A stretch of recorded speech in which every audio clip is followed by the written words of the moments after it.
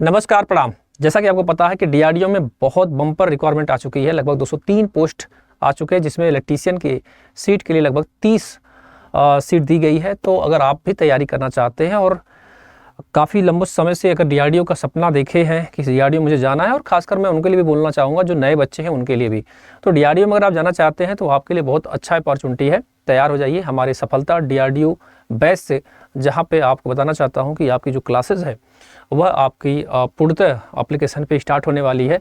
तो अड्डा 24/7 के एप्लीकेशन से जाकर इस बैच से इनरोल हो सकते हैं और अपनी तैयारी को बूस्ट कर सकते हैं, क्योंकि आपको मैं इस वीडियो में बताने वाला हूं कि आपका सिलेबस क्या क्या रहने वाला है, क्या क्या चीज़ें आपको पढ़ना होगा, जिससे कि आपको हाथ में जो डीआरडीओ का जो ताज है वो आपके मुट्ठी में आ जाए।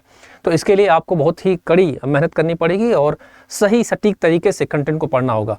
तो आइए आपको दिखाते हैं कि वो हमारा सिलेबस क्या रहने वाला है इस बार। सबसे पहले नॉन टेक, यानी कि जो आपका सबसे पहला फेस है नॉन टेक का, उसमें क्या क्या चीज़ें आपको पढ़नी है आइए आपको दिखाते हैं। तो ये मेरे पास पीछे खुला हुआ है, आप देख सकते हैं बोर्ड के बाहर मैंने शुद्ध मतलब अगर मैं बोलूँ एक तरह से तो ये पूरी तरह से आपका प्योर जो आपका ऑफिशियल सिलेबस है मैं उसको दिखाने का प्रयास कर रहा हूँ।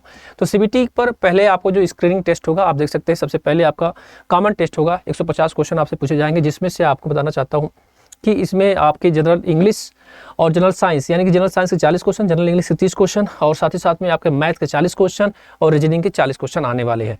ये रहा आपके पास नॉन टेक। जब इसको आप क्वालिफाई कर जाएंगे तो आप सेकंड फेज में जाएंगे। जब सेकंड फेज में जाएंगे मेरे प्यारे साथियों, हालांकि आपको ध्यान रखना है कि नेगेटिव मार्किंग भी रखी गई है 0.25 का। तो जब आप सेकंड फेज में जाएंगे तो आपको ट्रेड टेस्ट पढ़ना होगा। ये रहा आपके पास इलेक्ट्रीशियन का सिलेबस, और इसमें क्या क्या पढ़ना होगा: basic electricity, fuse and relay, cell and batteries, machines and motors, alternating current, transformer, wiring system, electrical measuring instrument, lighting, basic electronics, digital electronics, power generation, transmission and distribution. और इसके अलावा आपका जो ट्रेड है उसमें जो और भी टॉपिक जो बच रहे हैं उसको भी आपको पढ़ना होगा। लेकिन मेन आपका यहीं से क्वेश्चन आएगा, क्योंकि हमने जितना भी एग्जाम में देखा है कि जब आपको सिलेबस दे दिया जाता है तो इसी के अंदर ही क्वेश्चन आपसे पूछे जाएंगे। 120 क्वेश्चन इस बार भी यहाँ से रखा जाएगा, फिर आपको बुलाया जाएगा आगे वाले यानी कि आगे वाले फेज के लिए। तो इतना सिलेबस आपको कवर पढ़ना पड़ेगा, तभी जाकर आपका सिलेक्शन होगा। चलिए पे अगर आप पहली बार विजिट कर रहे हैं चैनल सब्सक्राइब जरूर कर लीजिएगा, और आपको बताना चाहता हूँ कि अगर वीडियो अच्छी लगी तो लाइक भी कर दीजिएगा और साथियों तक पहुँचा दीजिएगा कि सिलेबस में आपको ये चीज़ें पढ़नी है। बहुत बहुत धन्यवाद।